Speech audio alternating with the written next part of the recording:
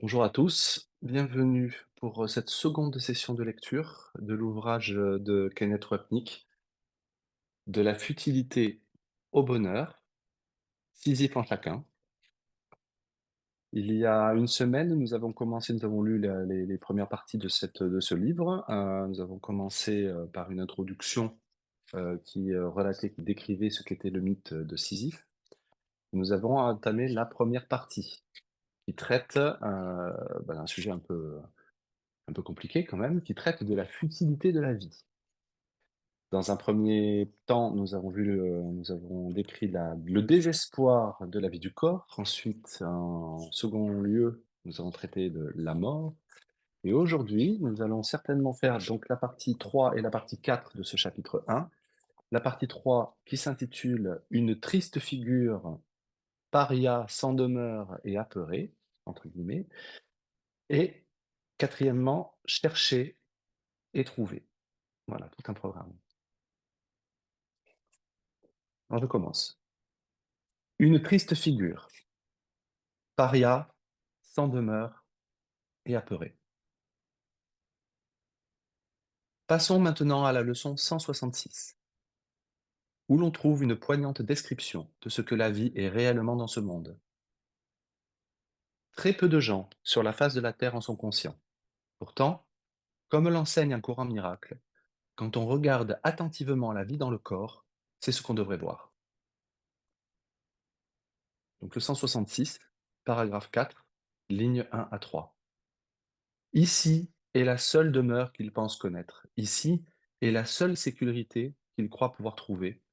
Sans le monde qu'il a fait, il est un paria, sans demeure et apeuré. Jésus parle pour nous tous. Nous pensons que nous serions sans demeure si nous n'étions pas dans le corps.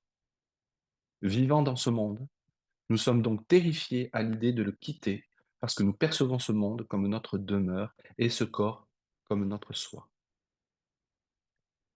Paragraphe 4, ligne 4. Il ne se rend pas compte que c'est ici qu'il est certes apeuré et sans demeure aussi. Un paria errant si loin de chez lui, si longtemps parti qu'il ne se rend pas compte qu'il a oublié d'où il est venu, où il va et même qui il est réellement. En vérité, c'est d'être des corps vivants dans ce monde qui nous fait sentir comme des parias.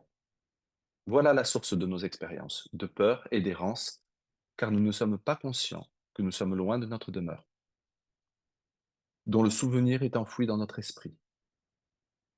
Évidemment, Jésus ne parle pas d'une distance géographique, mais de l'ego qui utilise son système de pensée de séparation et de péché pour enterrer la pensée d'expiation qui nous rappellerait notre véritable demeure et nous y conduirait.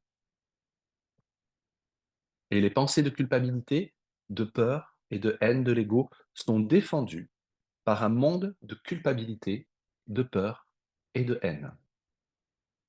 Il y a bel et bien une demeure, mais nous l'avons oubliée. Par conséquent, tout ce que nous connaissons, c'est là où notre expérience mensongère nous dit que nous sommes. Nous sommes certes une triste figure, comme il est dit dans le cours dans la leçon 166, parce que nous sommes des parias, ne connaissant ici que notre errance sans le moindre espoir de retour chez nous. Chaque fois que nous pensons avoir réussi à pousser le rocher de la vie jusqu'au sommet de la montagne, il en redescend. De la même façon, notre vie est une interminable succession d'expériences futiles. Il est essentiel que les étudiants d'un courant miracle comprennent que l'un des buts principaux de Jésus a pour nous, c'est que nous reconnaissions que nous ne sommes pas chez nous ici. S'efforcer d'obtenir des choses en ce monde, matérielles ou immatérielles, ne mène nulle part. Par conséquent, Jésus nous demande de tourner notre attention de l'extérieur, le monde, vers l'intérieur, l'esprit. C'est notre seul espoir et ce sera l'objet de la deuxième partie de ce livre. Paragraphe 5, lignes 1 à 3. Or, dans ses errances solitaires et insensées, les dons de Dieu vont avec lui, tous inconnus de lui. Il ne peut pas les perdre, mais il ne veut pas regarder ce qui lui est donné. Nous voyons ici ce que j'appelle la stratégie de l'ego.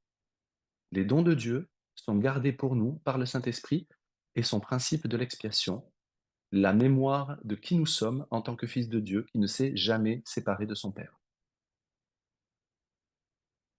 Or, nous ne pouvons pas voir le don de l'expiation parce qu'il est enterré sous deux couches. Le double bouclier de l'oubli, dont il est question dans une leçon précédente du livre d'exercices, dans la leçon 136. Le premier est le système de pensée de péché, de culpabilité, de peur, de châtiment et de mort. Toute chose qui atteste la réalité de la séparation et nie la réalité de l'expiation qui dit que la séparation n'a jamais eu lieu. Ce système de pensée est ensuite recouvert par un second bouclier qui est le monde et le corps. Ainsi, nous ne savons même pas où regarder parce que nous ne savons pas que nous avons un esprit, étant devenus des créatures sans esprit. Nous sommes par conséquent inconscients de ce qui se passe véritablement. Exactement comme Sisyphe, qui pousse son rocher vers le sommet de la montagne sans avoir conscience qu'il a fait cela un nombre de fois quasi infini et qu'il continuera ad infinitum sans aucun souvenir de ce que sa vie est devenue. Ainsi, nous gardons secrets les lieux sombres de notre culpabilité. Le monde, personnel et collectif, est une énorme défense qui nous empêche de regarder ce que nous pensons être notre secret, c'est-à-dire nous avons détruit le ciel. Bien entendu, nous ne rendons pas compte que ce secret est un mensonge, parce que nous n'avons pas détruit le ciel.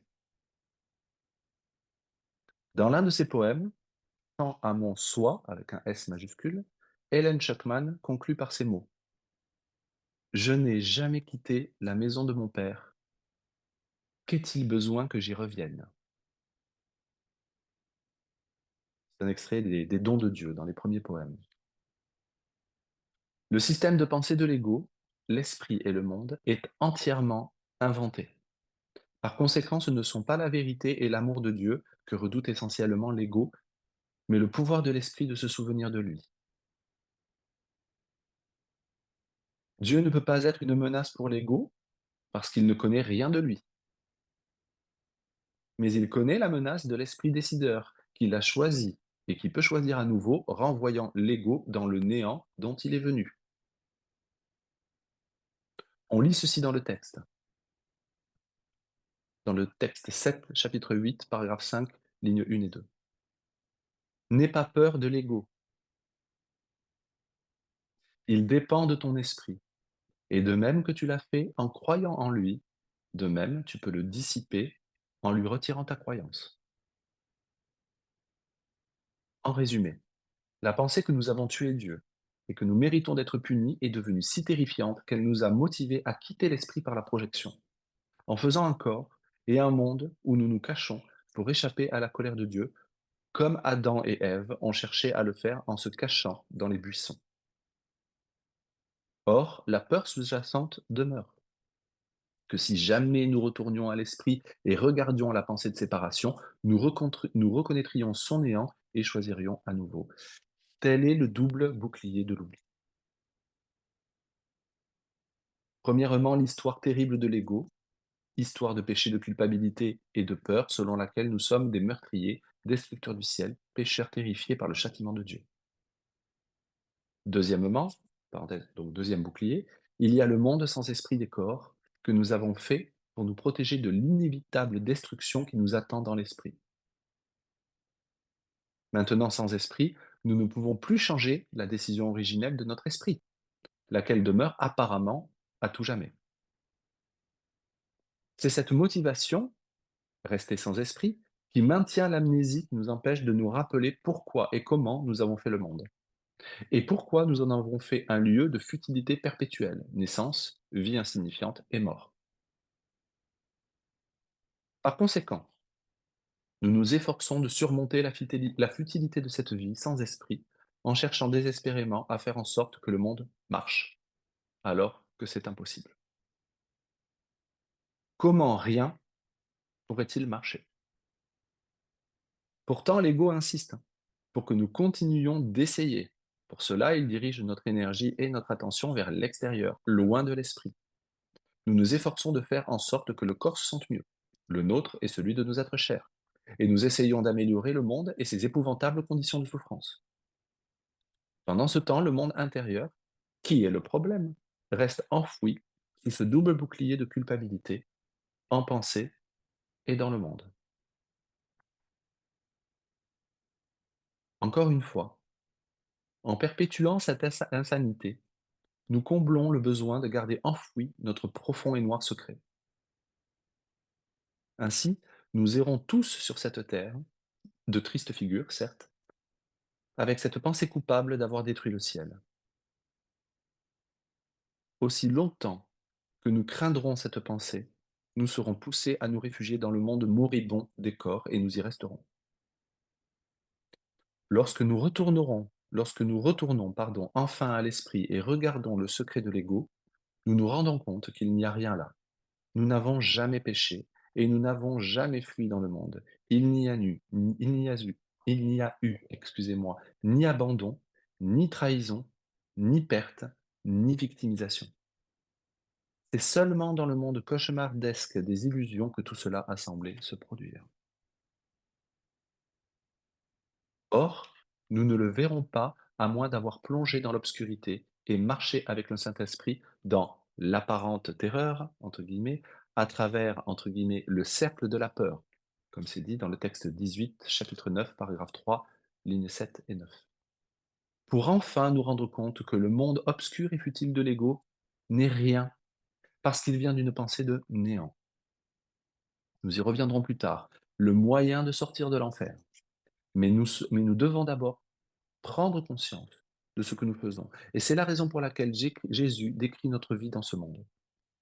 Quoique plus évocatrice, la description suivante n'est pas très différente de ce que nous avons déjà vu dans les passages cités plus haut. Paragraphe 5, ligne 4. Il continue à errer, conscient de la futilité qu'il voit partout autour de lui, percevant combien son petit lot ne fait que s'amoindrir alors qu'il avance vers nulle part. Tout le monde sait que la mort est la fin. Or, nous faisons tout notre possible pour le nier. Nous ne sommes même pas conscients que le temps linéaire fait partie du sac à malice de l'ego. Et nous pensons que nous avons de vraies années devant nous et de vraies décennies, selon le livre d'exercice, il est dit, le temps est un truc, un tour de main, une vaste illusion, où des figures vont et viennent comme par magie. Dans la leçon 158, paragraphe 4, ligne 1.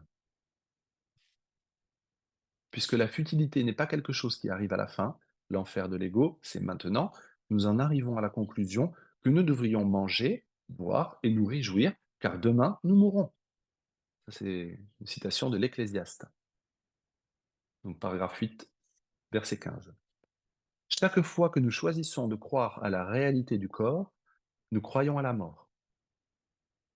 Un courant miracle insiste sur le fait que la mort n'a rien à voir avec la cessation de l'existence physique, mais qu'elle fait partie intégrante du système de pensée égoïque de séparation, de culpabilité et de châtiment. Paragraphe 5, ligne 5. Quand même, il va errant dans la misère et la pauvreté, seul, alors que Dieu est avec lui, et son trésor si grand que tout ce que le monde contient est sans valeur devant son immensité. Puisque le trésor de Dieu est enfoui dans notre esprit juste, nous n'en avons aucunement conscience. Nous identifiant au système de pensée de l'ego, dans l'esprit et le corps, nous ne pouvons jamais nous souvenir de ce trésor. En fait, le but du monde est de recouvrir le système de pensée de culpabilité et de peur de l'esprit, qui à son tour recouvre le trésor de l'expiation et le pouvoir de l'esprit de le choisir. Au lieu de cela, l'ego nous offre ces maigres babioles de particularité, des substituts à l'amour. L'importante section intitulée La réalité substituée, texte 18, chapitre 1, parle des relations particulières en tant que substitut à la réalité que Dieu nous a donnée en notre création. Nous avons voulu substituer l'amour de l'individu et l'amour entre individus à l'amour de Dieu qui est parfaite unité. Notre relation particulière avec l'ego a été la première substitution à notre relation avec Dieu.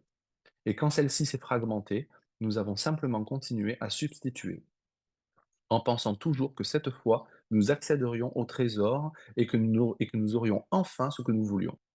Des actions en bourse qui profitent, un travail ou une relation qui marche, un médecin qui va m'aider, un nouveau régime qui va me guérir ou une vie qui fera l'affaire.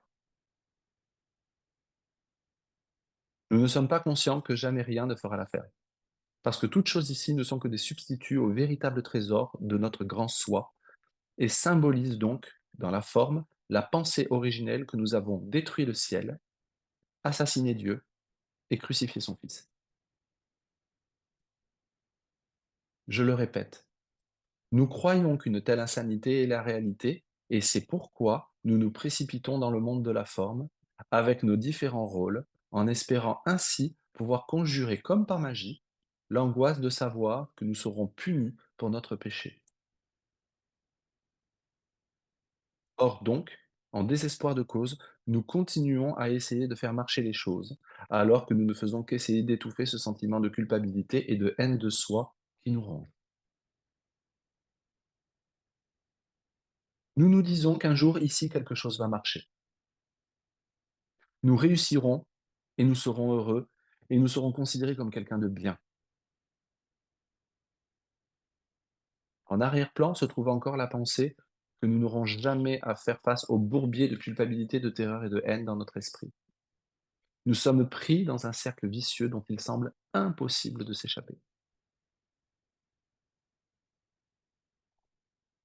Paragraphe 6, ligne 1. Il a l'air d'une triste figure, là, épuisé, les vêtements usés jusqu'à la corde et les pieds qui saignent un peu, à cause des roches sur la route où il marche. Ce n'est pas l'image que nous avons habituellement de nous-mêmes. Nous faisons toutes sortes de choses pour masquer la culpabilité de notre esprit, la dévorante haine de soi que nous partageons tous. Nous recouvrons sa présence accablante et cherchant à rendre nos corps, nos personnalités et le monde agréables, évitant de nous voir tels des Sisyphes dans cette désespérante démonstration de futilité, poussant nos rochers encore et toujours vers le haut de la montagne. Paragraphe 6, ligne 2. Il n'en est pas un qui ne se soit identifié à lui, car chacun de ceux qui viennent ici a suivi la voie qu'il emprunte et ressenti la défaite et le désespoir comme il les ressent. Nous avons tous suivi ce chemin et ressenti l'inévitable échec et le désespoir inhérent à la vie du corps, prisonnier d'un monde auquel nous n'appartenons pas. Jésus aborde aussi ce sujet dans une leçon ultérieure, où il commence par nous dire à quel point nous nous sentons étrangers dans ce monde où nous ne sommes pas chez nous. Dans la leçon 182, paragraphe 1, ligne 3. Il est donc indispensable que nous reconnaissions la vie en ce monde pour ce qu'elle est, sans quoi nous ne serons jamais motivés à chercher l'autre voie. Nous chercherons simplement à améliorer une situation qui est déjà désespérée et nous continuerons à chercher et chercher sans jamais trouver de réponse. Chaque fois que nous pousserons le rocher jusqu'au sommet, il redescendra jusqu'en bas. Notre seul espoir étant qu'il ne nous roule pas dessus. Je le répète, rien ne marche ici, et toutes choses ont été faites précisément pour ne pas marcher. Seul l'amour marche. Or, il n'est pas du corps, ni de ce monde. On ne peut faire l'expérience de l'amour que si l'esprit choisit de s'en souvenir. Toutes les formes de particularité de l'ego ne sont que des substituts à cette pensée parfaite. Et Jésus veut que nous comprenions à quel point tous les efforts terrestres sont totalement sans espoir.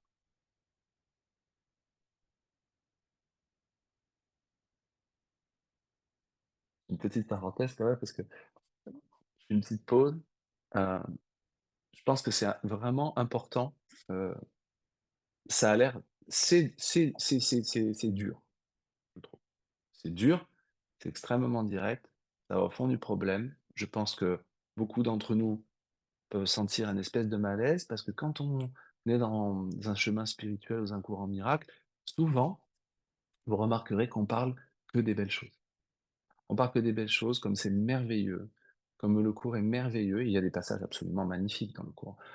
Comment notre vie s'est améliorée, comment on est vraiment plus en paix, que ci, que ça, que de et on oublie tous les passages du cours qui sont vraiment essentiels, où Jésus nous dit clairement: «J'ai besoin que tu reconnaisses à quel point tu es misérable ici»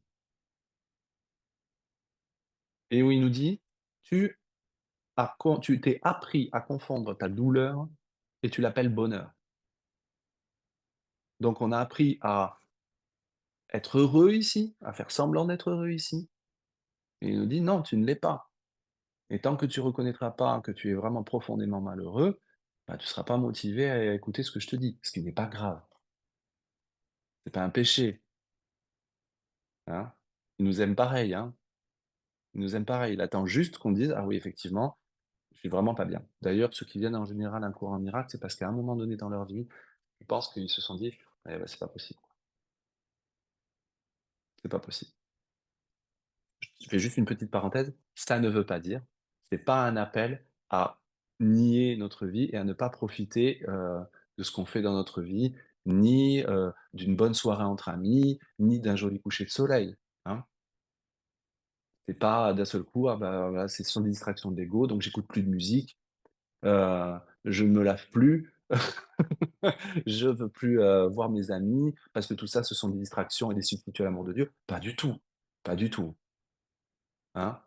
C'est vrai, nous en encourage juste à regarder ça pour ce que c'est et à ne pas confondre ça avec l'amour de Dieu que nous cherchons vraiment. C'est-à-dire que toutes ces relations, donc le coucher de soleil, avec mes amis, avec, ma maison, avec des trucs et cetera, on continue à vivre tout à fait normalement et à faire en sorte, bah, d'arranger ou de gérer les choses quand il y a besoin de les gérer, mais on en fait moins tout un plat. Parce qu'on se rappelle que ce n'est pas ça, ça n'a pas le pouvoir de nous apporter la paix de Dieu. Ça n'a pas le pouvoir de nous l'enlever non plus.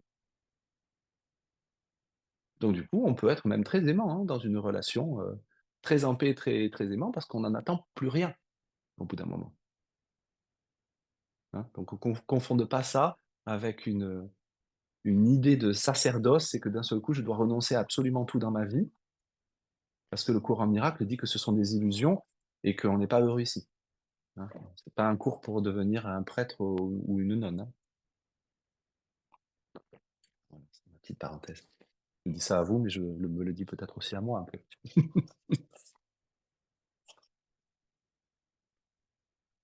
Chapitre 4, chercher et trouver. Revenons au texte et à la section «Chercher et trouver», qui décrit comment l'ego nous pousse continuellement à chercher ce qui nous rendra heureux, content et complet, donnant un sens à notre vie. Or, nous ne le trouverons jamais, car nous cherchons tous le salut qui nous libère de la souffrance, que nous croyons ou non au système religieux. Toutefois, nous ne pouvons pas être véritablement délivrés de notre souffrance tant que nous ne remontons pas à la source dans l'esprit, pour ensuite changer notre façon de penser. En d'autres termes, notre souffrance vient de la décision de l'esprit de choisir la culpabilité. Par conséquent, nous devons retourner au point de décision, le point où l'erreur a été faite, comme il est dit dans le texte 5, chapitre 7, paragraphe 6, ligne 5, et choisir à nouveau. Alors seulement peut-il y avoir un réel espoir de mettre fin à la futilité de la vie, parce que nous cherchons maintenant la réponse au seul endroit où elle peut être trouvée, c'est-à-dire dans l'esprit. Notre vie a alors un but réel, car chercher à l'intérieur signifie que nous allons sûrement trouver le sens de la vie. C'est précisément la raison pour laquelle l'ego a fait le monde, pour que nous continuions à ne pas chercher dans l'esprit, et ainsi ne puissions jamais choisir l'expiation, qui est notre seul besoin. Texte 12, chapitre 4, paragraphe 2, lignes 1 et 2. La quête que l'ego entreprend est donc vouée à l'échec. Et puisqu'il enseigne aussi qu'il est ton identification, l'ego te guide vers un voyage qui ne peut finir que par ce qui est perçu comme ton propre échec. Voici une autre façon de regarder la vie dans le corps. La quête que l'ego entreprend n'aboutira jamais, car elle est conçue pour nous amener à chercher au mauvais endroit. Nous ne trouverons jamais le bonheur dans le monde. Et quand nous pensons l'avoir trouvé, nous nous trompons lourdement, car aucun bonheur terrestre ne durera jamais. Dans la leçon 133, intitulée Je n'accorderai pas de valeur à ce qui est sans valeur, l'un des critères que Jésus mentionne pour nous enseigner la différence entre ce qui a de la valeur et ce qui n'en a pas, c'est que seul ce qui est éternel a véritablement de la valeur. Lorsque nous croyons posséder une chose de valeur, il veut que nous examinions si elle durera ou non, comme l'amour et la paix. Tout le reste est intrinsèquement sans valeur parce qu'il ne vient pas du Dieu éternel. Pourquoi alors nous tracasser avec cela? L'ego ne veut jamais que nous comprenions que la seule véritable signification ici consiste à nous éveiller à notre vrai soi par le pardon. Tout le reste est insignifiant et sans valeur. Nous devons donc nous poser la question. Parmi les valeurs que nous recherchons, quelles sont celles qui nous aideront à nous éveiller du rêve de séparation? Presque toutes visent à nous empêcher de retourner à l'esprit, le seul endroit où nous pouvons faire un choix signifiant. Les choses ici sont faites pour nous garder endormis et non pour nous éveiller. Même le plus noble des buts finit quand même par rendre le monde et nos corps réels. Par exemple, mettre fin à la souffrance physique en ce monde semble être un but noble et certainement bien intentionné. Mais il échouera. La source de la souffrance, en fin de compte, n'est pas la maladie ou un manque de nourriture ou d'eau, mais la culpabilité qui vient de choisir le mauvais enseignant dans l'esprit, pas dans le corps. Cela ne veut pas dire que nous ne devrions pas aider à soulager les souffrances telles que le monde le conçoit. Mais nous devons comprendre que cela ne marchera pas vraiment, pas plus que nous n'y trouverons la paix si nous croyons dans la forme de ce que nous faisons. Nos corps peuvent agir pour soulager la souffrance physique d'autrui, mais à moins de reconnaître que la cause de la souffrance que nous voulons défaire est la séparation, nous faisons simplement partie du problème. La décision de l'esprit de choisir la séparation est la seule cause de la souffrance. Ainsi, nous devons apprendre que nous ne sommes pas séparés de ceux que nous aidons, comme de ceux qui peuvent faire obstacle à cette aide. À défaut de cette compréhension, peu importe le nombre de sacs de nourriture que nous distribuerons, la somme d'argent que nous donnerons, nous ne mettrons pas fin à la souffrance. Donc, si nous ne défaisons pas la cause de la souffrance, la croyance en des intérêts séparés, rien ne changera jamais. Ou encore, si quelque chose vient à changer, un autre problème surgira inévitablement pour remplacer l'ancien. Puisque nous la cherchons au mauvais endroit, notre solution, aussi bien intentionnée soit-elle, ne sera jamais bonne. C'est pourquoi Jésus dit, ne te fie pas à tes bonnes intentions. Elles ne suffisent pas. Texte 18, chapitre 4, paragraphe 2, lignes 1 et 2. Poursuivons ce thème. Texte 12, chapitre 4, paragraphe 4, ligne 1. Te rends-tu compte que l'ego t'embarque dans un voyage qui ne peut mener qu'à un sentiment de futilité et de dépression? Nous sommes tous comme Sisyphe, embarqués dans un voyage qui mène à un sentiment de futilité et de dépression. Peu importe nos efforts pour atteindre nos buts, nous ne parviendrons jamais à pousser le rocher jusqu'au sommet de la montagne. Notre échec signifie donc que nous ne trouverons jamais la paix, le salut ou l'amour ici. Nous ne trouverons jamais notre demeure. Essayer d'améliorer notre demeure terrestre ne fonctionnera pas pour nous. Jésus veut que nous comprenions que le voyage de l'ego est un voyage de futilité et qu'il conduira inévitablement à la dépression. Nous finirons toujours par perdre.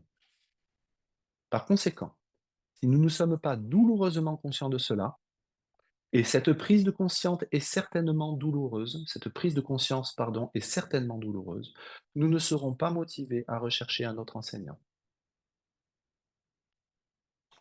Nous penserons que nous demandons de l'aide à Jésus, mais nous nous tournerons en fait vers l'ego, qui se fait habilement passer pour un sage enseignant, ayant ainsi dupé les chrétiens pendant plus de 2000 ans.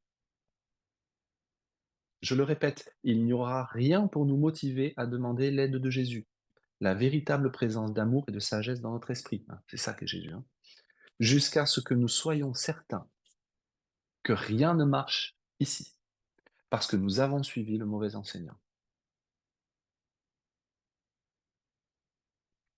Quand on pense à la façon dont un courant miracle a été écrit, il est important de se rappeler que Helen Schuckman et William Tedford ne connaissaient pas l'autre voie, mais ils savaient que la voie qu'ils suivaient, la projection et l'attaque, étaient une voie de futilité et de dépression, et qu'elle ne les rendait pas heureux. Leur voie était celle de Sisyphe, dont le rocher, avant d'arriver au sommet, redescend toujours. Hélène et Bill ressentaient constamment les mêmes sentiments de compétition: haine, agression et condamnation. Un puits sans fond de jugement, avec toujours assez de gens autour d'eux à critiquer et à blâmer.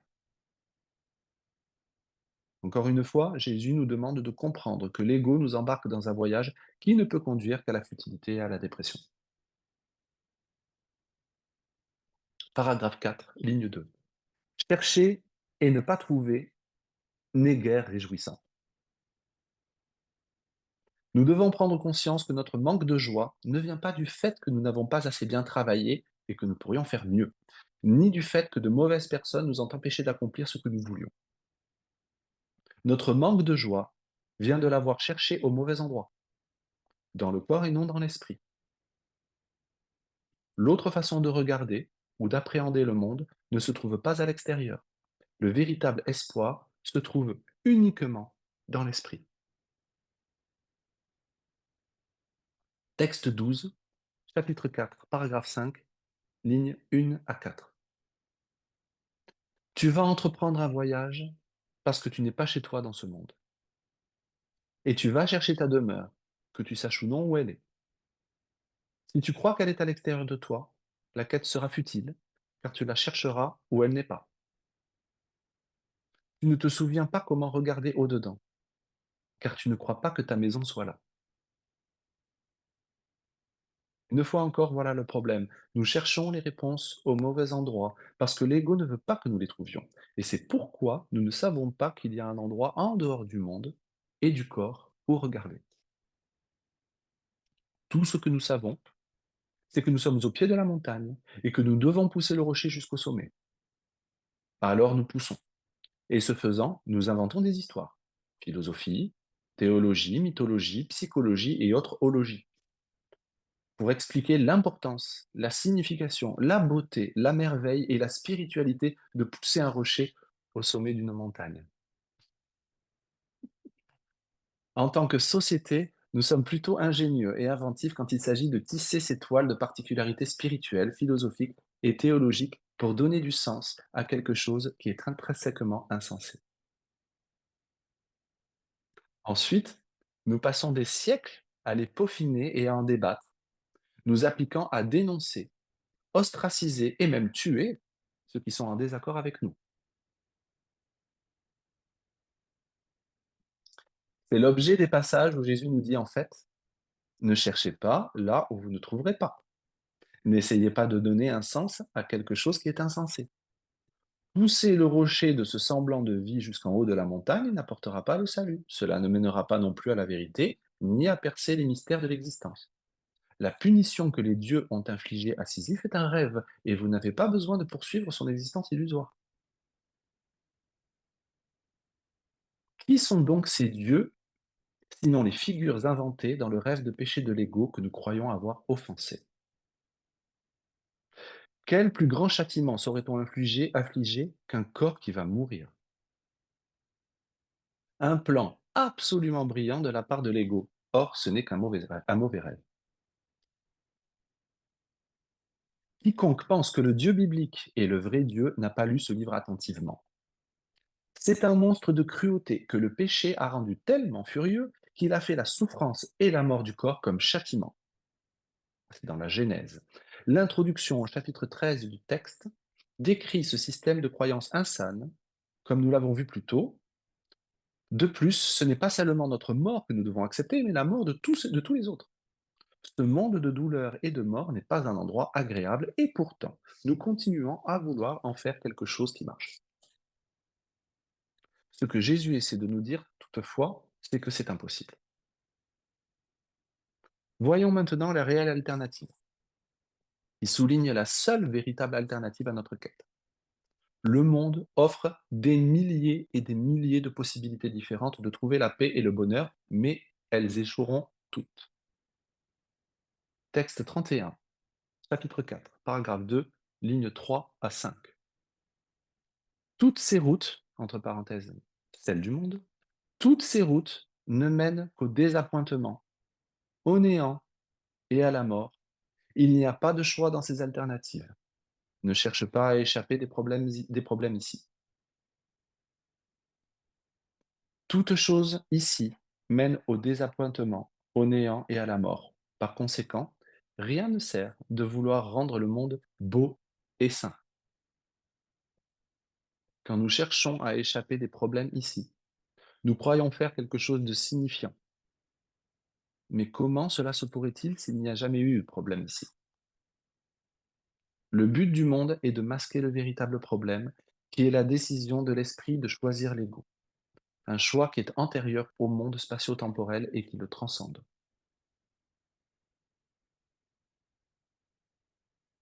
Paragraphe 2, ligne 6. Le monde a été fait pour que les problèmes soient sans issue. Cette phrase importante résume le but du monde, qui est de veiller à ce que jamais nous n'échappions de nos problèmes. Leur source étant le décideur dans l'esprit dont le choix erroné ne peut jamais être défait par une implication extérieure. Le problème de la culpabilité se régénère sans cesse par la projection, causant toutes sortes de misères et de souffrances ici. Or, nous ne savons pas réellement d'où elles viennent. Et c'est pourquoi aucun problème terrestre n'est jamais résolu.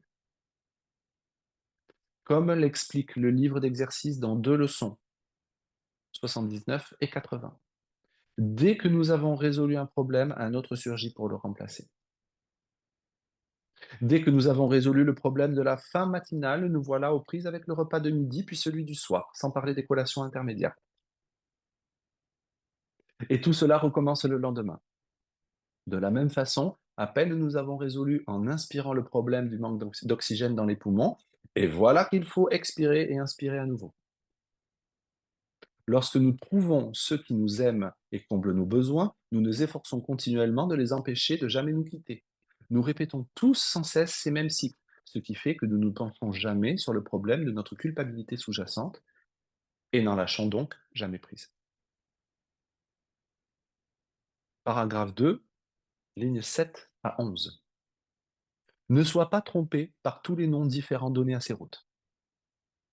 Elles ont une seule fin, et chacune n'est que le moyen de gagner cette fin, car c'est ici que toutes ces routes mèneront, si différentes qu'elles paraissent au départ, si différentes qu'elles paraissent en chemin. Leur fin est certaine, car il n'y a pas de choix parmi elles. Elles mènent toutes à la mort.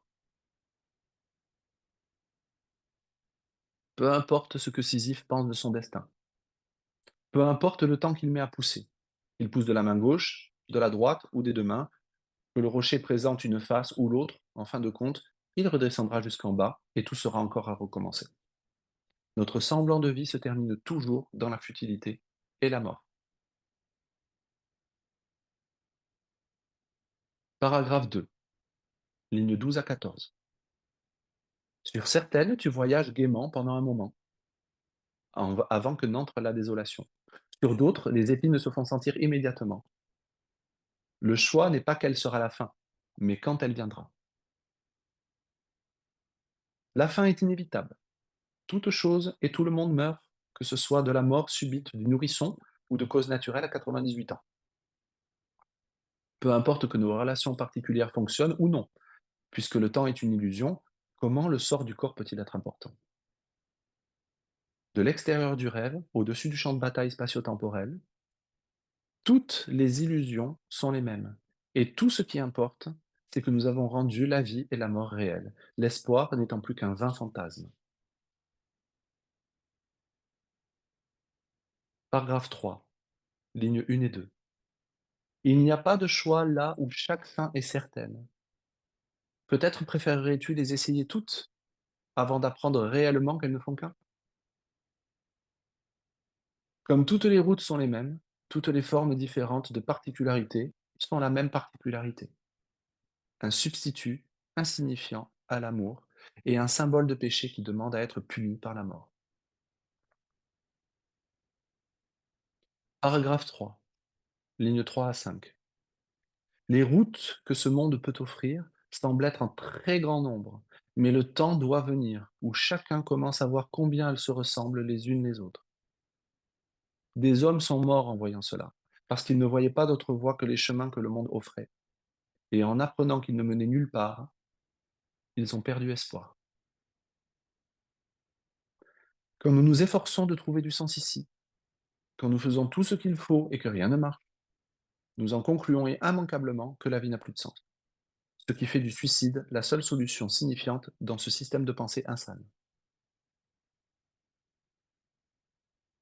Toutefois, comme nous l'avons vu, certains nient cette logique et disent: «Puisque rien ne signifie quoi que ce soit, autant m'amuser sans m'inquiéter des conséquences, peu importe si je blesse quelqu'un, puisque tout est insignifiant de toute façon.» D'autres encore peuvent dire plus charitablement: «Même s'il n'y a pas de but ultime ici, nous pouvons au moins vivre dans le respect de chacun.» Quoi qu'il en soit, l'insignifiance de la vie reste au cœur de notre expérience inconsciente. Soit dit en passant, le suicide, ce n'est pas seulement se tirer une balle dans la tête. Le cancer, le sida et une attaque cardiaque sont tous des suicides, comme le fait de passer par inadvertance devant une voiture qui vous happe. Jésus nous dit à 2 reprises, au moins, que personne ne meurt sans son propre consentement parce que le corps et toutes ses activités ne font que refléter une décision prise par l'esprit. L'ego veut donc que nous sentions désespérés dans un monde futile. Ainsi, plutôt que de dire qu'il doit y avoir un autre enseignant ou un autre monde dans lequel nous pouvons vivre, nous croyons que ce monde est tout ce qui existe. Or, il n'y a rien ici. Dans cette optique, la mort semble être la seule réponse, et cela ne change rien, que nous le comprenions à l'âge de 20, 40 ou 140 ans. Seule la mort est certaine, et c'est pour l'ego la preuve ultime que nous avons vécu, même si la vie a été d'une futilité et d'un désespoir absolu. Cependant, à partir de ce désespoir, nous pouvons aboutir à une conclusion différente. Il doit y avoir une meilleure voie. Texte 2, chapitre 3, paragraphe 3, ligne 6. Mais avant de parler de cette alternative, nous devons tenir compte d'autres, pardon. Mais avant de parler de cette alternative, nous devons tenir compte d'encore un autre aspect du désespoir de l'ego.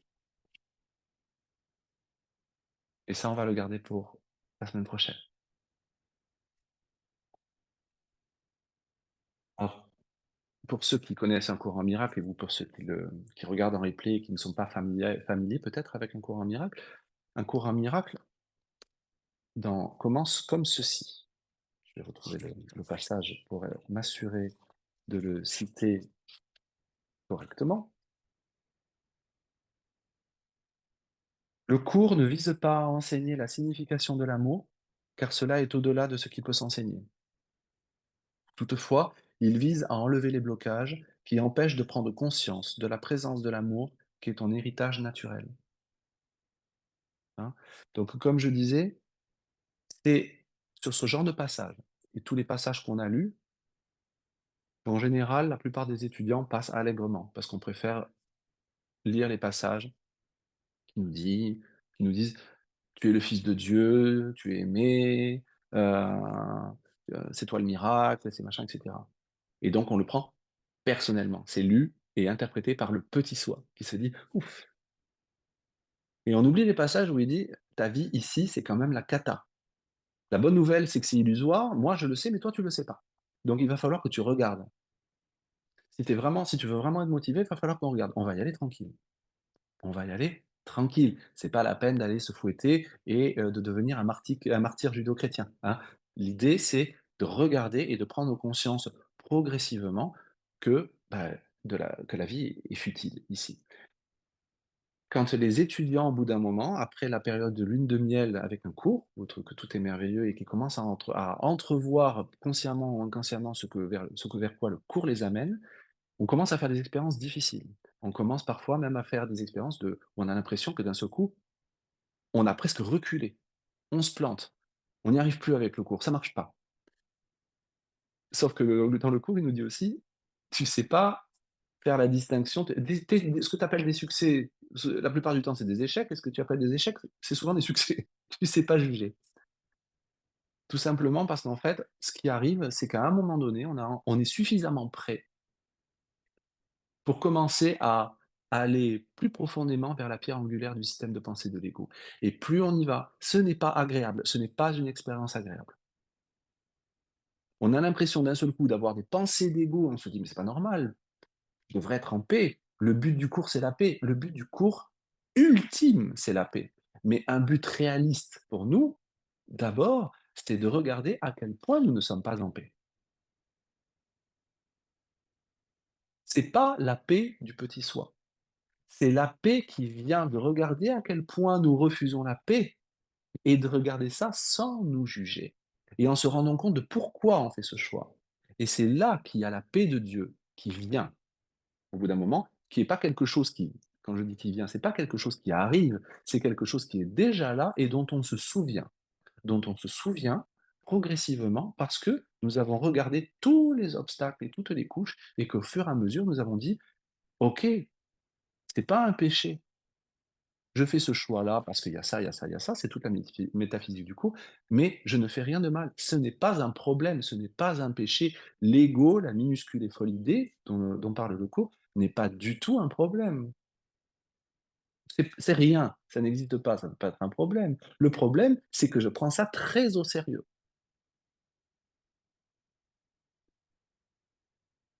Donc pour ceux qui ne connaissent pas le cours ou qui ont retenu du cours, comme, la plupart d'entre nous, le faisons ou l'avons fait, que les passages mirifiques qui parlent d'amour, et de fleurs et d'oiseaux, il y en a des passages absolument d'une poésie remarquable et très, très beaux. Il ne faut pas oublier que le cours, c'est un cours pour aller voir l'ego.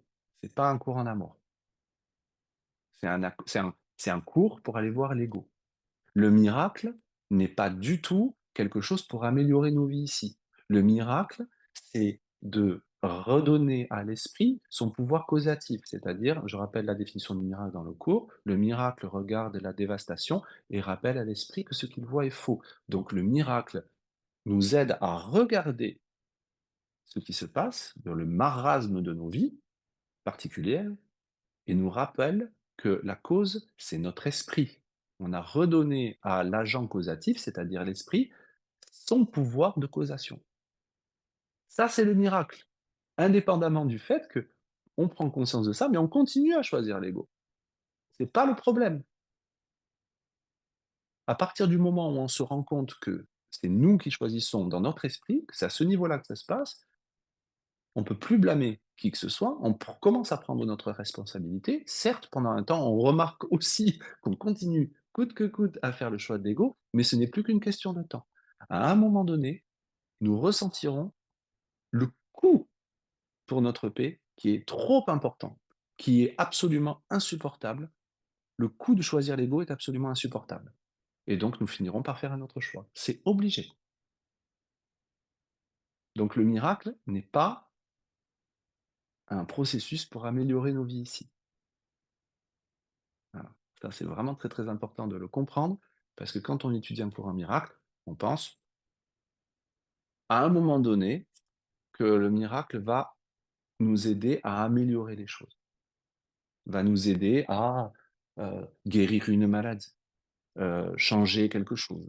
On parlait avant la lecture du réchauffement climatique pour ne pas annuler le réchauffement climatique.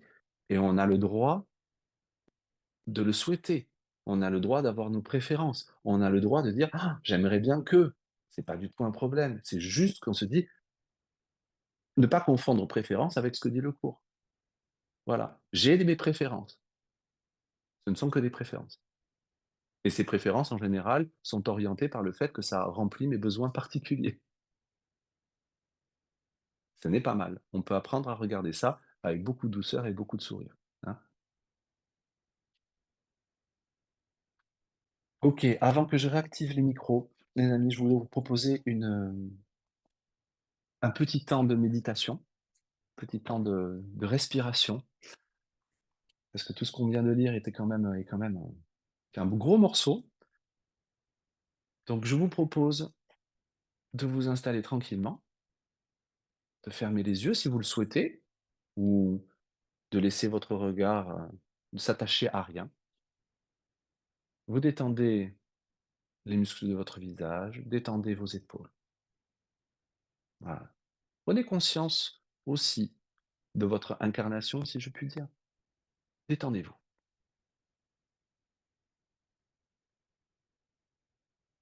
Se concentrer sur sa respiration, une grande inspiration, une grande expiration. On écoute le silence.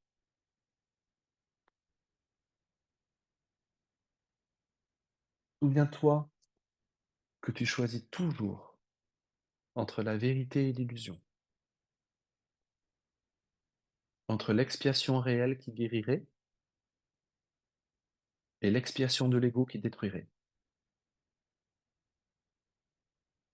La puissance de Dieu et tout son amour sont sans limite, te soutiendront lorsque tu chercheras uniquement ta place dans le plan de l'expiation qui vient de son amour. Sois l'allié de Dieu et non de l'ego, en cherchant comment l'expiation peut venir à toi. Son aide suffit, car son messager comprend comment te rendre le royaume et comment placer dans ta relation avec lui tout ton investissement dans le salut. Cherche et trouve son message dans l'instant saint où toutes les illusions sont pardonnées. De là, le miracle s'étend pour bénir chacun et résoudre tous les problèmes, qu'ils soient perçus comme grands ou petits, possibles ou impossibles. Il n'est rien qui ne fera place à lui et à sa majesté. Se joindre à lui en étroite relation, c'est accepter que les relations soient réelles et c'est abandonner, par leur réalité, toutes les illusions pour la réalité de ta relation avec Dieu. Louée soit ta relation avec lui et avec nul autre. La vérité réside là et nulle part ailleurs.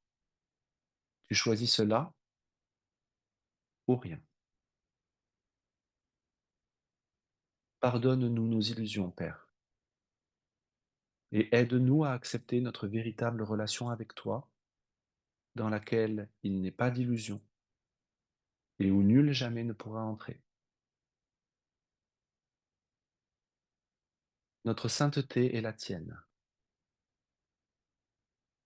Que peut-il y avoir en nous qui ait besoin de pardon quand la tienne est parfaite? Le sommeil de l'oubli n'est que l'indésir de nous souvenir de ton pardon et de ton amour. Ne nous laisse pas nous égarer en tentation, car la tentation du Fils de Dieu n'est pas ta volonté. Et laisse-nous recevoir uniquement ce que tu as donné, et n'accepter que cela dans les esprits que tu as créés et que tu aimes. Amen.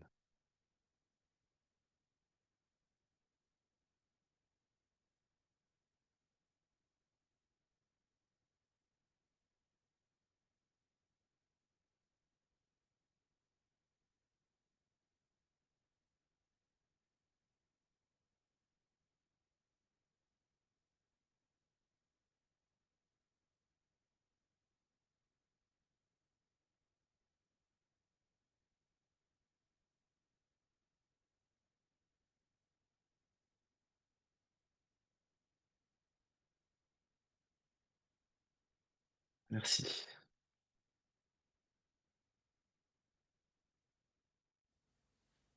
Question d'une participante. Je cherche à sortir d'une approche trop intellectuelle pour me concentrer sur le ressenti. Le, Ouais, ressent, le ressenti. Je vais faire un mauvais jeu de mots, Yasmina. ouais. On a tous des ressentis et le ressenti ment. Voilà, donc ça ne veut pas dire qu'il faut le nier. Ça veut dire que c'est une voie royale. Ça devient, selon cours, une voie royale, c'est-à-dire on a un sentiment, on a un sentiment, on a un ressentiment, euh, et il devient comment dire, une occasion d'observer et une occasion de revenir à l'esprit qui a choisi, en fait, de sentir ça. Voilà. Donc, il ne doit pas être nié, mais je voudrais dire qu'il ne devrait pas être non plus glorifié. D'accord? Euh,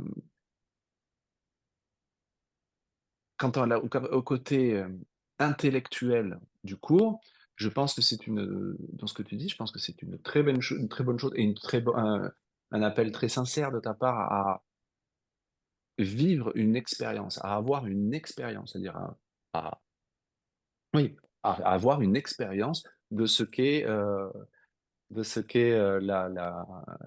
ce sentiment d'unité, de ce que ça veut dire de pardonner, de ce que ça veut dire la paix de Dieu. Et donc de ne pas rester dans une construction intellectuelle.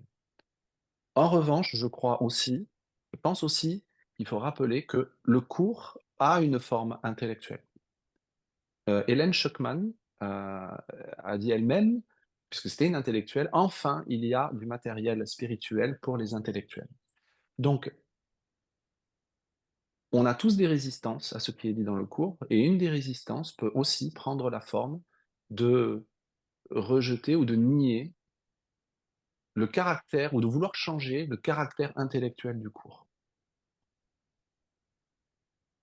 Le cours a une forme intellectuelle. On va pas se mentir.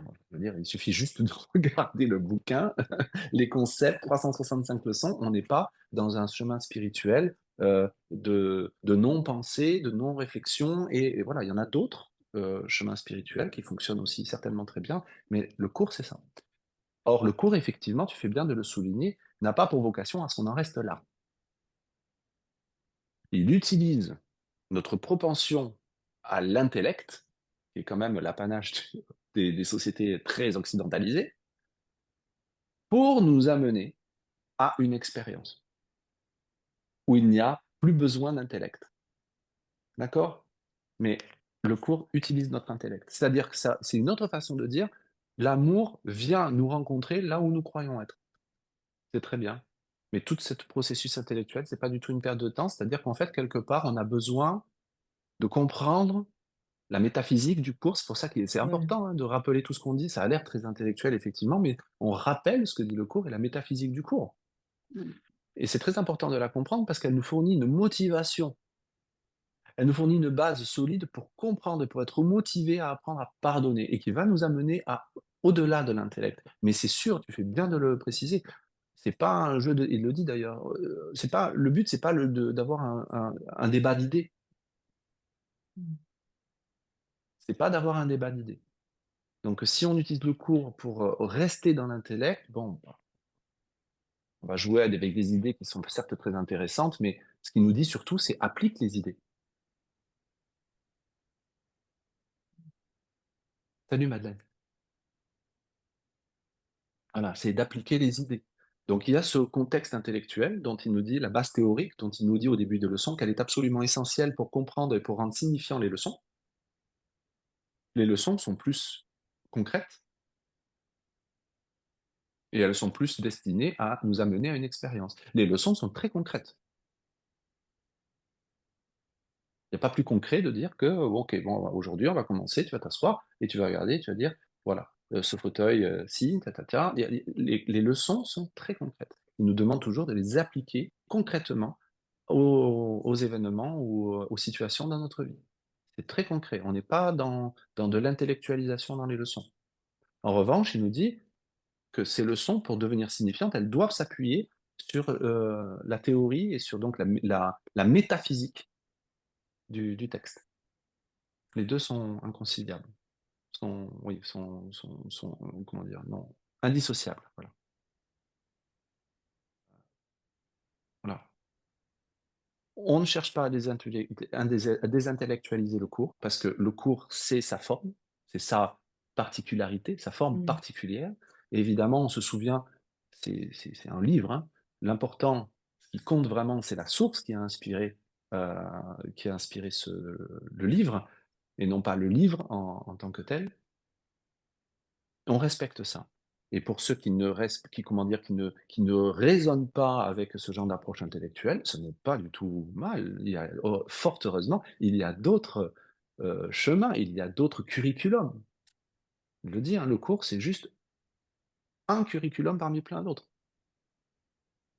Mais si c'est celui avec lequel on raisonne, il faut qu'on observe aussi, celui qu'on a choisi pour nous-mêmes, il faut qu'on observe aussi toutes les tentations qu'on peut avoir de le changer,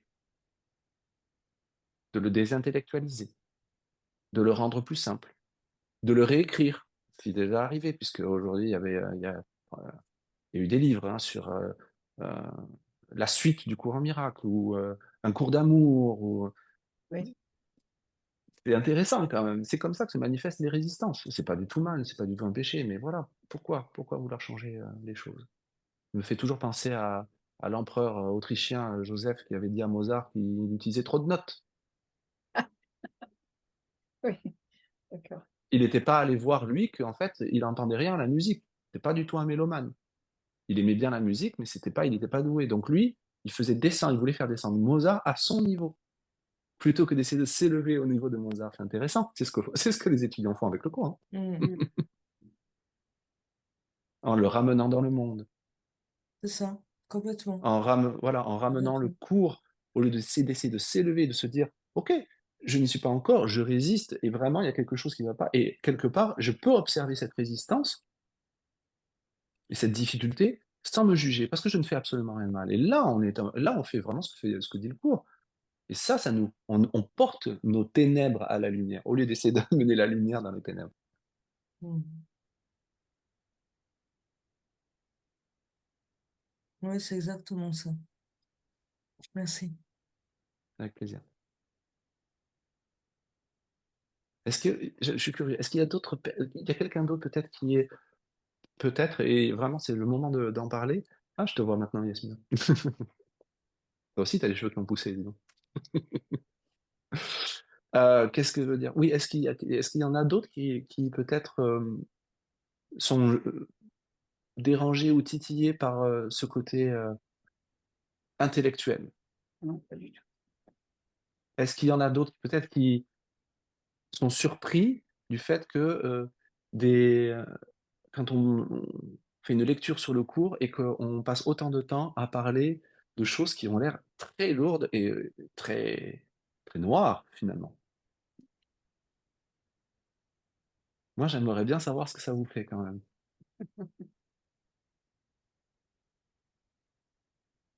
Moi, ça me fait plutôt du bien parce que la noirceur, elle est dans ma vie. Je me sens vraiment Sisyphe. Je sens vraiment que le monde, ça marche pas, puisque même quand les choses s'arrangent pour moi, je me sens pas mieux. Je sens une vague angoisse, culpabilité, je sens que ça va pas et le cours en miracle, c'est mon seul espoir. Je me raccroche vraiment à ça. Donc cette lecture, elle me fait du bien parce que ça fait du bien de partager avec d'autres, de pas me sentir, toute seule. Mmh. Quand ça va pas, des fois, j'écoute des replays et ouais, c'est plutôt encourageant de se dire, ça passe par une phase où ça va pas, où Jésus veut qu'on voit à quel point on est malheureux dans le monde, je me dis: «Bon, je suis sur la bonne voie». Je me raccroche aussi à l'idée que c'est pas toujours la même chose, c'est des nouvelles couches de culpabilité qui remontent, et que même si, j'ai l'impression d'être toujours dans la même situation, je suppose que je progresse. Mmh. Alors nous, on fait l'expérience de couches de culpabilité. Il n'y a pas plusieurs en réalité, il n'y a pas plusieurs couches, hein, c'est toujours la même culpabilité, mais on y va piano, piano. On s'en approche et on fait «OK». Puis on revient, puis voilà, et à chaque fois, on va un peu plus profond. C'est pour ça qu'on a l'impression d'enlever des couches comme une pelure d'oignon. C'est pas exactement comme ça que ça marche, mais c'est l'expérience qu'on en fait. Et à chaque fois, c'est toujours la même culpabilité qu'on regarde. C'est toujours la même chose. Toujours, toujours la même chose. Chaque problème perçu, chaque, difficulté perçue nous ramène toujours à notre profond sentiment d'être insuffisant, d'avoir trahi, d'être coupable, profondément coupable. Voilà. Et là aussi, il ne s'agit pas d'intellectualiser trop ça ou de décortiquer la crevette, comme j'aime bien dire de temps en temps. Il s'agit juste de dire: «Ah tiens», en fait, c'est les leçons 5 et 34, hein. Je ne suis jamais contrarié pour la raison à laquelle je pense, et je pourrais voir la paix au lieu de cela. Qu'est-ce qu'on fait à ce moment-là? On s'ouvre à la possibilité, on s'ouvre au fait que le problème n'est pas tel qu'on l'a monté, que le problème n'est pas en dehors de nous, mais que le problème est dans notre esprit qui a choisi. Qu'est-ce qu'on fait à ce moment-là? On s'ouvre à la possibilité de se rappeler qu'on a un esprit. Voilà, notre rôle, il est fait. Je m'en rappelle très bien au niveau intellectuel, mais la paix, elle vient pas pour autant. La paix vient pas pour autant, il y a une façon de regarder. C'est un peu une mise en abîme, c'est-à-dire qu'en fait, il y a une façon de regarder notre absence de paix de manière paisible.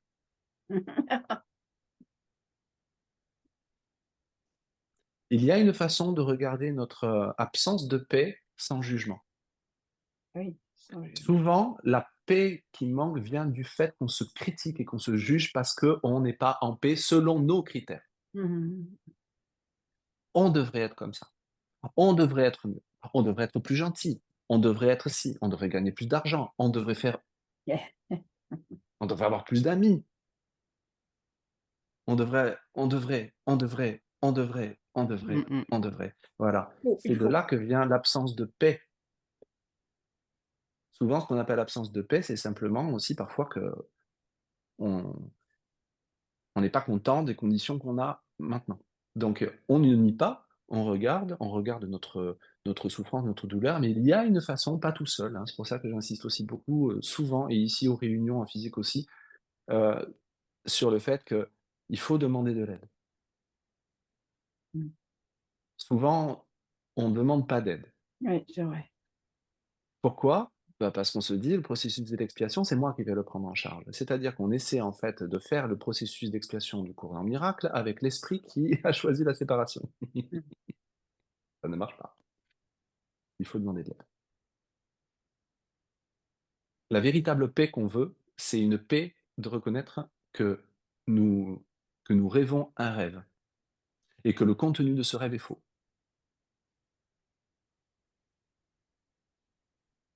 Voilà.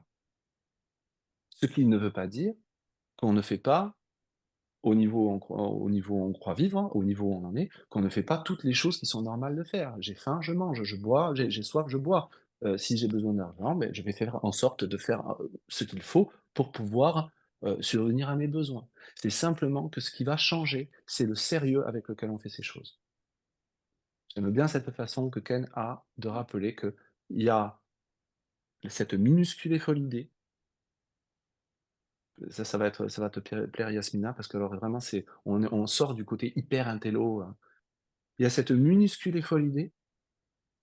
Le système de pensée de l'ego, c'est celui qui regarde cette minuscule et folle idée avec sérieux, en disant: «Waouh, ça c'est grave, c'est important, il s'est passé quelque chose et il faut faire un truc pour y remédier». Donc c'est, le système de pensée du saint froncement de sourcil. Cette minuscule et folle idée, elle peut être regardée par le système de pensée du Saint-Esprit qui sourit et qui dit: «Il s'est rien passé». Voilà, voilà. Et ça, c'est dans notre esprit, c'est les 2 systèmes de pensée. C'est soit le système de pensée: «Il s'est passé quelque chose», soit le système de pensée: «Il ne s'est rien passé». Soit le système du pensée du saint froncement de sourcil, ou soit le système de pensée du saint sourire. Voilà, c'est le courant miracle. Mmh. Et le miracle, c'est le fait de se rappeler de ça. C'est même pas le fait de choisir le Saint-Esprit, on ne choisit pas le Saint-Esprit. On choisit pas la paix, on choisit pas l'amour. C'est pas du tout ce que demande le cours.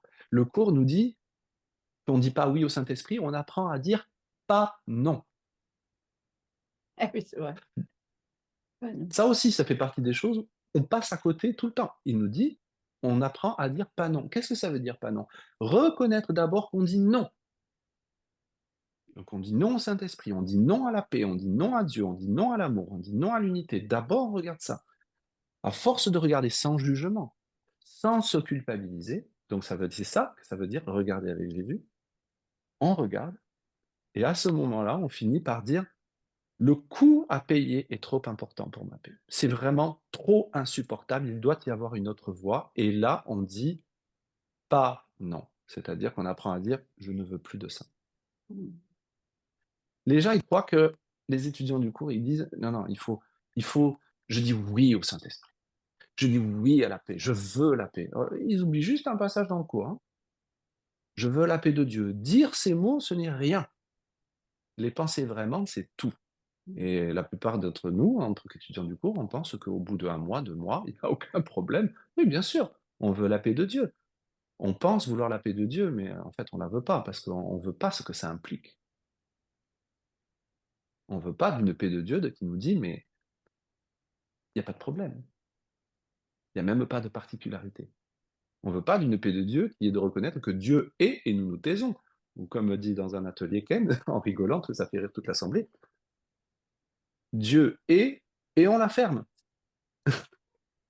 Ça, il veut pas, on veut pas. Mmh. Voilà, hein. Et je pense qu'il faut apprécier aussi et accueillir et respecter la partie en nous qui, quand on lui dit ça, il y a une partie en nous qui se réjouit, qui sourit, qui se sent soulagée, mais il y a une partie en nous qui dit: «Mais ça me suffit pas, enfin, j'ai quand même des problèmes ici». Enfin, voilà. Et c'est ça qu'il faut regarder avec vraiment, vraiment infiniment de douceur, hein. Jésus ne nous met pas un pistolet sur la tempe, hein. Mmh.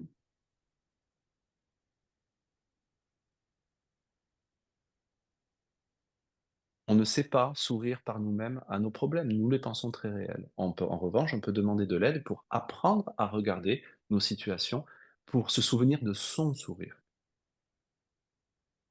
C'est ça qui va nous aider, c'est ça qui va nous réconforter.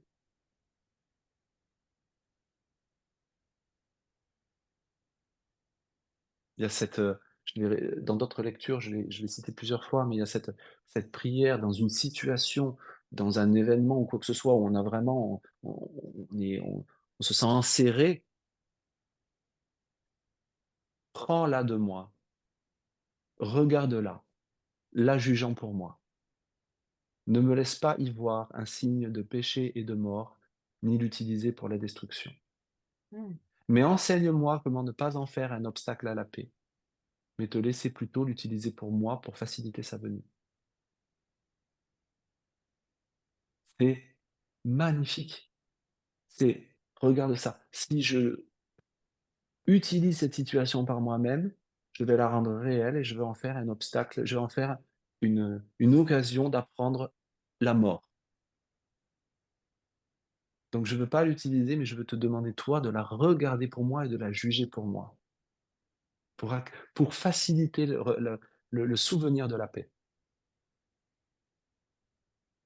C'est une autre façon très poétique de dire, on demande de l'aide pour regarder et on demande à se souvenir de son sourire.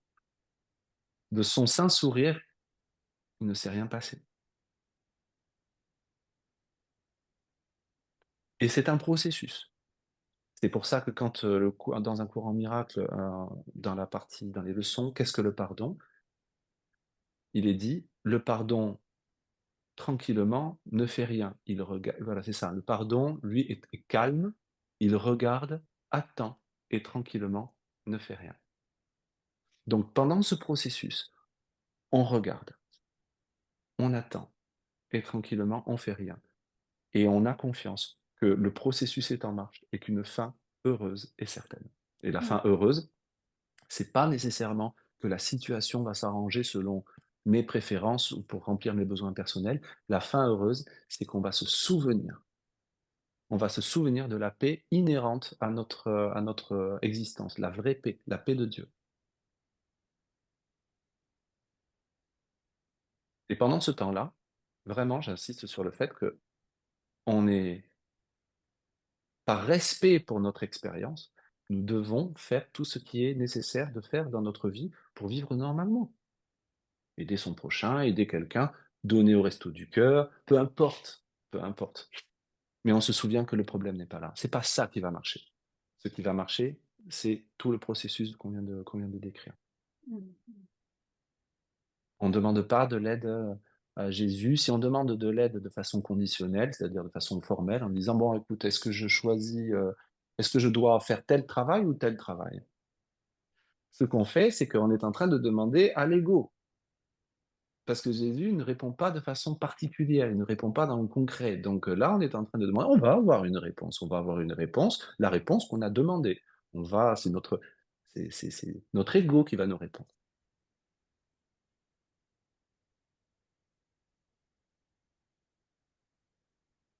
Ça donne une grande liberté aussi, hein. Ça veut dire qu'à un moment donné, je peux vraiment lâcher prise du problème ou de la question telle que je l'ai posée, demander de l'aide pour être sans jugement, pour pouvoir me souvenir de la présence, pour regarder les choses, pour revenir à l'esprit, me rappeler que c'est dans l'esprit que ça se passe. Et puis automatiquement, bah, en fait, cette tranquillité, cette non-culpabilité, cette innocence qui va se faire, dont je vais me rappeler de plus en plus, bah, en fait, elle va guider mes pas. Mais c'est pas quelque chose qui vient de l'extérieur, qui va me dire: «Fais ci, fais ça». C'est simplement qu'automatiquement, je fais ce qui est le mieux pour moi. Ce qui est le mieux pour moi et pour les autres. Ce qui est le plus aidant, hein. C'est automatique, hein, par exemple, quand on fait le choix de l'enseignant de l'ego, nos choix pour l'ego et nos choix de séparation et nos décisions sont automatiques, on n'y pense même pas. Bah, c'est pareil. Quand on se souvient de la présence de Jésus avec nous, automatiquement, on fait ce qu'il y a de plus aidant.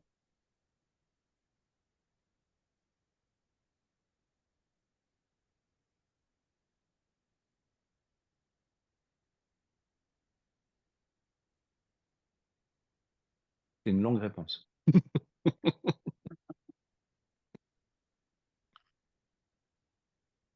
Ça te parle un peu, elle? Oui, ça fait besoin des choses, ça fait partie des choses qui ont besoin d'être répétées tout le temps. Ouais, voilà, c'est Mmh. ça, exactement. Oui, oui, pour moi aussi, hein, je te Et le puis dis. parce que, bah, oui, bah, quand je sens pas la paix, je m'irrite de pas la sentir. Pour que vraiment, vraiment, pour que je fais à dessein, tu sais? Parce que là, ça prend la forme, il y a Eric qui parle du truc et cetera. Vous savez, j'ai passé, 2 semaines avec le travail qui était, bien comme il faut et on sent cette scission donc parce qu'on a un esprit divisé, hein. Tous les jours, j'oscillais entre le calme, la tranquillité qui m'a vraiment aidé à faire les choses concrètement, voilà et plein de moments où j'étais: «Ah mais j'en peux plus quoi, c'est un travail de fou» et combien de fois, en lisant le texte, je me suis rappelé de tous les jours, je disais: «Il y a rien qui marche, il y a rien qui marche, il y a rien qui marche» et c'est horrible, c'est horrible. C'est Je dis: «Mais horrible. c'est pas Il vaut mieux possible, en c'est rire. pas possible, mais c'est incroyable, rien ne marche» et en lisant ça, je me fais: «Ah, rien ne marche». Merde. On a fait repeindre notre salon suite à un dégât des eaux, salon tout neuf, hyper bien pincé, joli, une belle peinture blanche, parfaite, immaculée. Paf! Refuse. Ouais. Et là, moi, je me souviens d'avoir dit: «Mais c'est dingue, il y a rien qui marche» et j'ai même dit à un moment donné: «Non, mais on va changer de maison». Ah ouais. C'est marrant quand même de voir c'est l'ego, tout de suite et effectivement, il y a toujours ce moment où je me pose, où je me dis: «De quelle maison tu parles?» Et voilà et on observe ce mouvement de va-et-vient, quelque part, presque des fois, c'est presque en même temps. C'est-à-dire qu'on voit l'ego en pleine action, son ego en pleine action et en même temps, il y a une partie en nous qui a suffisamment de recul et qui sourit. Et là, on se rend compte qu'on a un esprit divisé. Mais la belle chose, ça ne veut pas dire que c'est agréable, mais ce qui est merveilleux, c'est qu'on se rappelle qu'on a un esprit. Mmh, mmh mh. Mmh. Et là, l'ego dit: «Mais c'est quand même incroyable», je l'ai dit en plaisantant à je sais plus à qui, à un ami, récemment. Je lui ai dit: «Mais c'est terrible quand même parce que je peux même plus projeter sur qui que ce soit tranquille. Parce que ça Mmh. marche pas. Je peux même plus projeter tranquille. Ouais. Et il faut pas sous-estimer ce passage, ce moment où on est trop conscient de ce qui se passe pour continuer à faire exactement comme on faisait avant, parce qu'on sait que ça marche pas et que ça nous a jamais, aidé, que ça nous a jamais apporté de bonheur et trop peur encore pour, passer l'étape suivante. Voilà. On se retrouve dans une espèce de Mmh, mmh, mmh. d'entre-deux. C'est pratiquement, inévitable. Ça ne durera pas, mais ça semble durer. C'est vraiment bizarre comme, voilà. On a ces 2 trucs.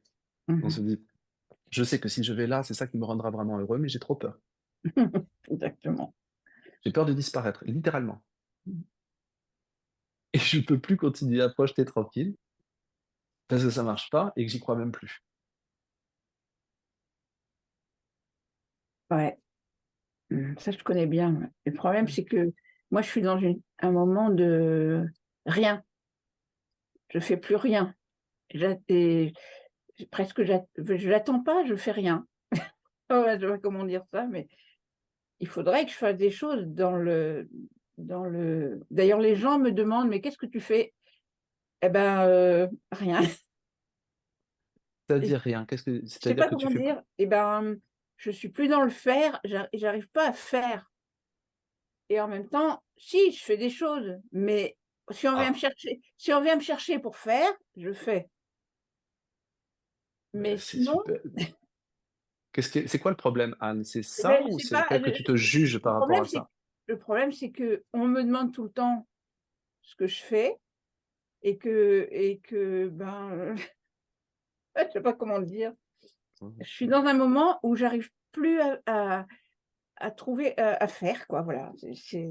Peut-être que tu sais, dans beaucoup de tu sais, aujourd'hui, quand tu vois tout ce qui se passe, Bah oui, tout le monde fait et parfois je pense qu'il est et même très, très souvent, il est urgent de ne rien faire. voilà.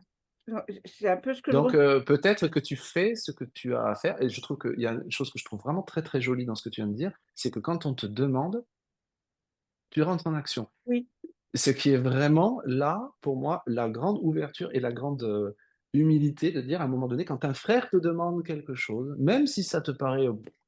fais-le. Ça ne veut pas dire que s'il te demande de te jeter par la fenêtre, tu dois le faire. Ça ne veut pas dire ça, mais ça veut dire que tu as cet accueil. Moi, je trouve que c'est une très bonne chose. Peut-être que ton inconfort, vient pas tellement du fait de ne rien faire, mais du fait qu'il y a une petite voix dans ta tête ou une grosse voix dans ta tête qui te dit: «C'est pas bien». Et voilà. Et puis je cherche, tout le temps l'autre voie évidemment. Pour l'instant, j'ai pas vraiment de réponse, de voix, on va dire, j'entends rien, mais j'aimerais recevoir, tu vois? Je me dis: «Bon». Alors, c'est bien ce qu'on vient de dire, si on a, Oui, la voix du Saint-Esprit, ça, c'est le gros truc des étudiants du courant miracle, parce oui, qu'on a dit, en fait, on va se faire guider et on imagine automatiquement qu'on va être guidé concrètement. Va A, fait B. En fait, le truc, c'est que, heu, c'est pas ça, hein. mmh, C'est bien précisé d'ailleurs, c'est pour ça qu'il y a eu tellement très vite de mauvaises interprétations du cours, des détournements de ce que disait le cours, que, Hélène a reçu le chant de la prière, qui explique vraiment que ce qu'on veut, c'est le chant, c'est pas les harmoniques, c'est le chant.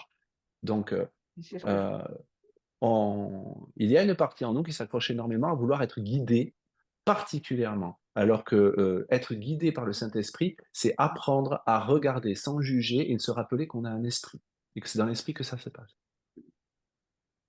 Tout le reste après, ça en découle. C'est ça qui nous guide. Mais même quand on utilise ces mots-là, on se rend compte qu'on a l'impression qu'il y a quelqu'un d'extérieur qui va nous dire: «Fais ci, fais ça». ah oui, non, c'est pas ça. C'est vraiment à l'intérieur. C'est Mmh. J'entends toujours parler du fait qu'il faut écouter le cœur, ça vienne du cœur, que c'est le cœur. Mais le cœur de qui? Ah bah oui, et puis le cœur, c'est le Le corps, cœur quoi. du corps ou le cœur de l'esprit? Voilà. Et qu'est-ce que c'est que le cœur de l'esprit? Je sais pas trop. Donc bon, c'est Faut écouter le cœur. Il y a beaucoup, beaucoup, beaucoup de mouvements spirituels ou de chemins spirituels qui ont chacun qui fonctionne, hein, c'est pas la question, qui fonctionnent à ce niveau, mais ils ne guérissent pas la culpabilité inconsciente. Voilà. Le cours en miracle, il met vraiment il met vraiment en lumière le véritable problème. D'accord? Il y a d'autres «chemins» entre guillemets ou d'autres pratiques qui vraiment sont destinées à améliorer les choses ici. Selon un cours, c'est pas du tout un problème, ce n'est pas du tout un problème, ce n'est pas mal du tout, mais ça ne guérira pas le C'est pas véritable ça qui problème. m'intéresse. Ouais, c'est pas ça qui Voilà. Donc voilà et donc il y a beaucoup de chemins spirituels qui parlent d'écouter son ressenti, de se laisser guider par son émotion. C'est ça. Je le redis avec le ressenti, ment. Non. C'est un très mauvais jeu de mots, mais je l'aime bien quand Mais même. quand même, il est C'est-à-dire, fréquent. il s'agit pas encore une fois de nier son ressenti, il s'agit de ne pas le prendre au sérieux. Ces mouvements prennent le ressenti très au sérieux, avec tous les abus que ça peut entraîner. Mmh. C'est-à-dire que la vérité n'est plus la vérité, c'est juste ce que je ressens. Derrière se cache la vérité est, différente pour chacun. Première loi du chaos. Mmh. Ouais, c'est mon ressenti. Oui, c'est bien, OK et mon ressenti, c'est de te poignarder, alors? Mais j'ai Le juste ressenti est une voie royale selon le cours pour aller au-delà, pour voir comment ça se passe, pour revenir à l'esprit qui choisit ce ressenti. Mais si on met sur un piédestal le ressenti, on joue le jeu de l'ego, point. On rend le monde réel, on rend notre ressenti réel, on rend le corps réel, on rend notre individualité réelle, on rend le monde réel et donc la séparation réelle. Nous ne voilà, résolvons absolument rien. OK. Voilà. Donc, on respecte notre ressenti et on sourit gentiment.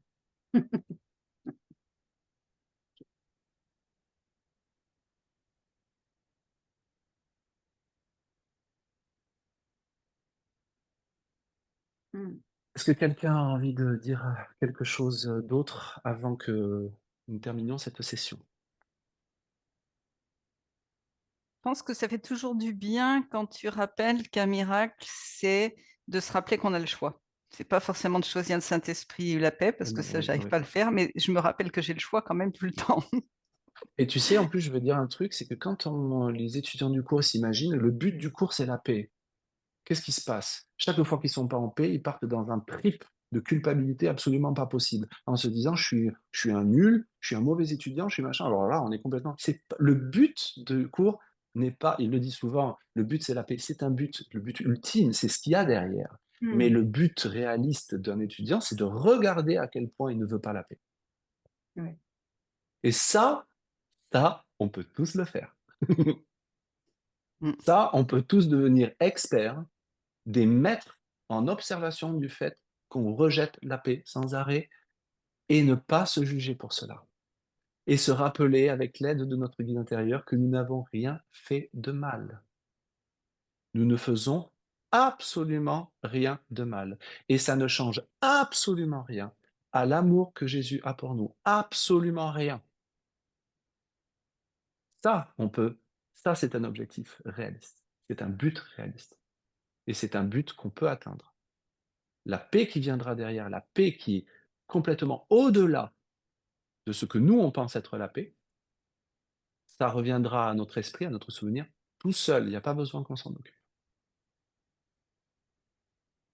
Le but du cours en miracle n'est pas de choisir le Saint-Esprit et ce n'est pas de choisir la paix. Le but d'un cours en miracle, quelque part, c'est vraiment de regarder à quel point nous refusons la paix, nous la rejetons, et de regarder ça sans nous juger et paisiblement. Ouais. Mmh. Ouais. Et quand Anne, tu parlais de rien faire, et moi, je me rends compte que je suis très souvent en train de me poser la question, même pendant cet atelier, à des moments: «Qu'est-ce que je vais faire après?» Parce que j'ai cette angoisse du vide, et je me rends compte aussi dans mon travail de thérapeute que je veux souvent trop faire, trop parler. Mais quand j'arrive à être calme et à tranquillement ne rien faire, ça laisse de la place pour qu'autre chose émerge et que les personnes fassent un travail plus profond. Mais je me rends bien compte à quel point je suis poussée à faire quelque chose. Et si on a un élan pour faire quelque chose, voilà, on peut toujours se poser, prendre un peu de distance. Moi, j'aime bien, c'est ma façon à moi, quand il y a un truc qui me vient à l'esprit, il y a plein de trucs qui me viennent à l'esprit. Et je me dis, bon, ben voilà, ben pour l'instant, je prends pas de décision, on verra. Mmh. Mais c'est pas évident, hein. L'autre fois, j'étais en séance comme ça et j'avais des patients, très en colère, un couple, enfin surtout lui était en colère et donc je les guidais, pour essayer d'apaiser leur colère, à synchroniser leur enfin à observer leur respiration, me regarder et puis j'avais un tableau en face de moi qui m'attirait, j'avais envie de dire quelque chose sur ce tableau et donc je suis restée un moment à attendre parce que je savais pas trop si c'était judicieux de le faire ou pas. Puis à un moment, je l'ai fait quoi, j'ai suivi cette intuition et ça a, Mmh. été effectif en fait, ça a détourné leur attention et la colère est tombée. Mmh. Et c'est pas facile de savoir, je pense que c'est vraiment la notion de calme. Quand Mmh. l'idée, elle vient paisiblement, c'est pas la même chose que de sentir qu'il y a quelque chose qui me pousse Mmh. à faire pour faire quelque chose, ouais et là, c'est Sisyphe pour le coup. Ouais. Et quand l'idée c'est ça, il y a pas d'effort. C'est Il y a ça. ça c'est on s'efforce Quand pas. ça peut Et être quand l'idée tranquille. est calme et qu'elle vient et qu'elle revient doucement, elle part pas. Mmh mh. Là, on se dit: «OK». Voilà. Et puis aussi, bah, des fois, on fait aussi, naturellement. Je veux dire, il faut avoir confiance dans le processus. Quand tu rentres en séance, à un moment donné, si vraiment tu te mets sous la guidance, j'aime pas trop ce mot, hein, mais si à un moment donné, je ne suis ici que pour aider véritablement, je suis venu, ce qui veut dire, je suis venu pour représenter celui qui m'a envoyé. Aider véritablement, c'est pas je suis venu pour aider quelqu'un particulièrement. Aider véritablement, c'est pour apprendre à pardonner. C'est pour accepter l'expiation pour moi-même. Si on se rappelle du but, que toute chose dans notre vie maintenant, chaque chose, le but, c'est d'apprendre à accepter l'expiation pour moi-même, de regarder ce qu'il y a dans mon esprit et donc de me rappeler que j'ai un esprit, c'est ça le but de toute chose, c'est pas de guérir un patient. Oui et quand À ce j'arrive à moment-là, je suis d'une grande aide et dans ce cas-là, je peux aussi me détendre dans le processus, et bien que tout ce que je dirai et tout ce que je ferai sera automatiquement ce qu'il y a de plus aimant et de plus aidant à faire. oui et quand il y a des moments où effectivement j'arrive à rester tranquillement en silence et prier aussi Mmh et me mh. Mmh. rappeler de l'expiation et cetera. Et puis il y a des moments où je parle trop. Parce que justement je ne me rappelle plus, Et quand de ça. la grosse voix vient te dire: «Ah, tu trop parlé, tu peux lui dire: «OK, tu sais quoi? Ça suffit. Je ferai mieux la prochaine fois. Ça suffit, ça suffit». L'ego trip. «Ah, tu aurais dû, tu aurais dû, tu aurais dû. Ah, tu Mmh. Ça suffit. Voilà. Merci. Quand il dit: «Enough already», Mmh. ça suffit. Ouais. Malika, tu voulais dire quelque chose, non? Merci, merci. Bonjour. Bonjour, Et bonjour. merci. Non, bah, je suis toujours éblouie par cette douceur en fait, parce que c'est vrai que ce qu'on évoque là avec le rocher de Sisyphe, c'est rude, très rude. Mais Tu as le c'est tout. caillou de Sisyphe? Tu peux nous le Oui, remontrer? moi j'ai pris un rocher sur le livre pour bien Un m'imaginer rocher. ça, une caillou. Et, Mmh. mais je suis toujours éblouie par la douceur, c'est-à-dire c'est vraiment étonnant de pouvoir dans un même moment accueillir cette parole de la futilité au bonheur et en même temps sentir que c'est dans la douceur que ça il y a une résolution in situ. Donc c'est pour ça que je parle pas beaucoup moi, parce que j'écoute et puis je vois où ça et c'est vraiment ce qui reste toujours de ces entretiens, c'est l'extrême douceur, l'extrême résolution. Mmh. Ouais, Merci, Bien. ouais, c'est cool. merci. Merci. Merci, merci On beaucoup. est ensemble et ça donne une intensité. C'est pour ça que j'aime rejoindre, cette assemblée, du courant miracle, de l'étude, parce que ça donne une, oui, la douceur, voilà, l'extrême douceur. Bah, c'est vraiment gentil et merci de le dire. C'est vraiment, je pense, tant mieux si ça reflète pour moi la douceur de Ken. Parce que c'est la douceur du cours et qui était parfaitement, incarnée, si je puis dire, reflétée par Kenneth. Heu, Bernard Groom en parle même, certainement mieux que moi parce qu'il l'a connu. J'ai regardé l'autre jour 2 ou 3 petites vidéos, des extraits vidéo qu'il, faisait où il parlait de cette douceur au-delà des enseignements des mots.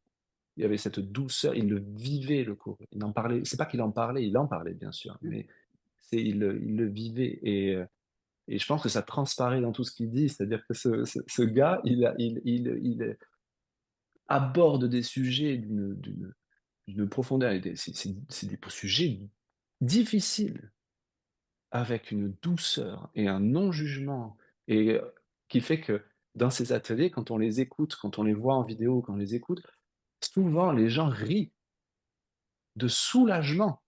Mmh. Et il rit, mais de gentil rire, hein, pas un rire de moquerie, mais il rit de la sottise, de l'absurdité de notre système, de notre façon d'être, de notre système de croyance, en fait.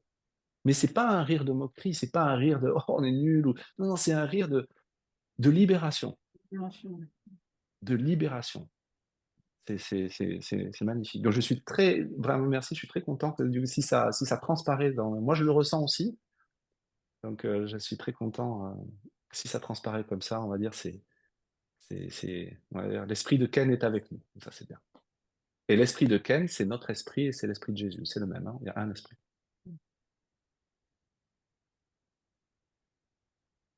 OK mes amis, eh bien écoutez, il est 10h44, je me propose qu'on clôture cette session. Pour celles et ceux qui veulent nous rejoindre donc, la semaine prochaine, donc, voilà, dimanche, même heure, on lira, la suite de ce livre, de la futilité au bonheur, Sisyphe en chacun. Et puis d'ici là, voilà, pour ceux qui regardent en replay, n'hésitez pas à mettre un petit pouce en l'air. Si vous voulez vous abonner à ma chaîne, vous le faites, parce que comme ça, au moins, quand je mettrai quelque chose ou une nouvelle lecture, vous serez au courant.